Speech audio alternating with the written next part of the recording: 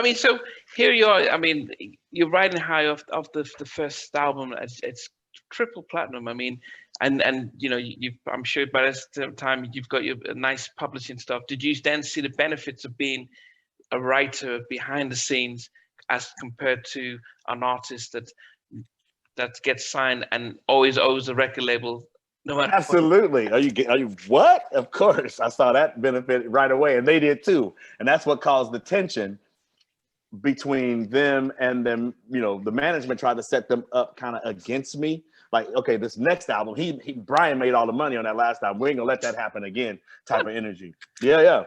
And that's what happened. So that's why they call an album A New Beginning. It's not so subtle smack in the face.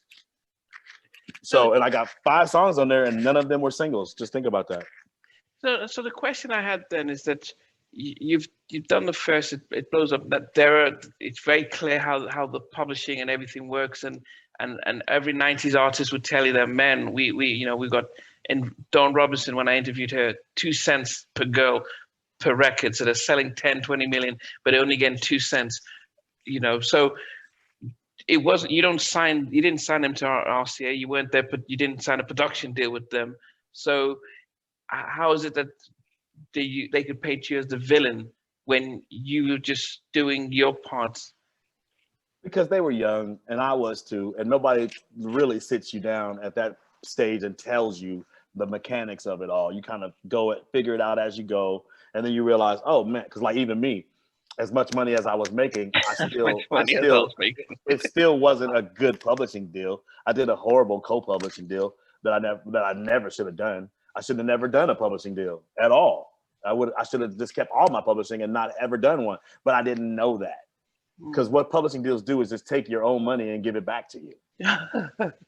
But was that different from because you said you signed with BMI first? Was that? Well, you don't really sign with BMI. All they do is agree to collect your royalties around the world. So that would have been better. So it would have been better if you kept them or Aspect or something like that. Absolutely, yeah, because then I would have got 100% of all my shit, as opposed to when you sign a publishing deal, you're giving up sometimes 20, sometimes 30, 40, 50% of your of your rights. And all they do is say, okay, let's give you some money in advance. Yeah, a little advance money, right?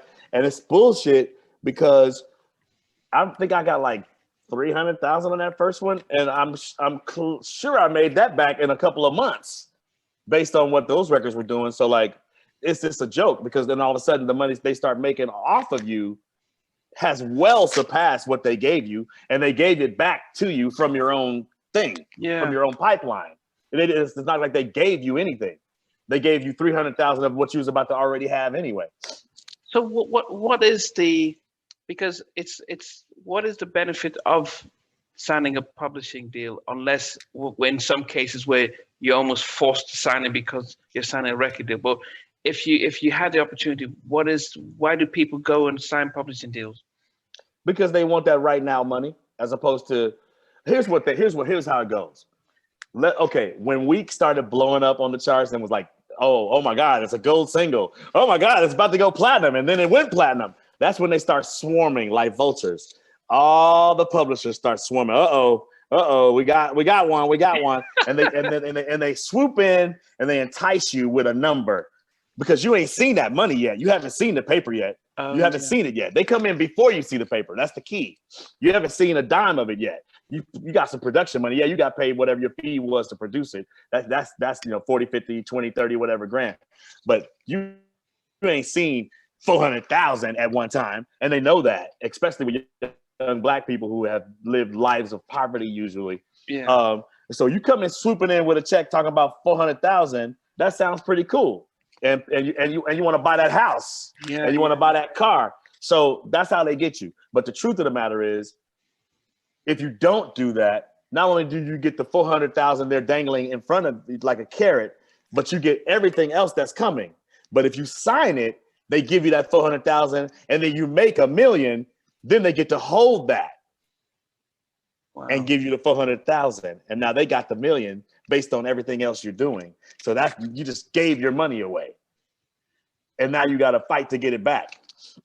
Oh, so there's a times when that can end and say, okay, we've done our time. And that's the key, the time. Thank you for saying that. Yeah, it's usually like 30 years. Wow. Okay, so you're signing away decades worth of earnings for one little piece of change. It makes no sense whatsoever. If you never do it, then you don't have that problem. And if your record's still successful, you're going to get paid all the money instead of giving somebody else half the money. Yeah. In order to get, it's just like getting a loan in advance of your own shit. Is all it is. Yeah, but when you get a loan, you pay it back, and that's it. They don't keep then saying, well, you've And paid now back. you know what a publishing deal is. There you go. Bingo. You see the incentive for them to do that, and then they try to own it for as long as you're alive. Wow. Thanks for watching. Please remember to subscribe to the channel, but most importantly, to press the notification bell so that you can be notified when we do have a new interview. Loads to come, but thanks a lot for watching.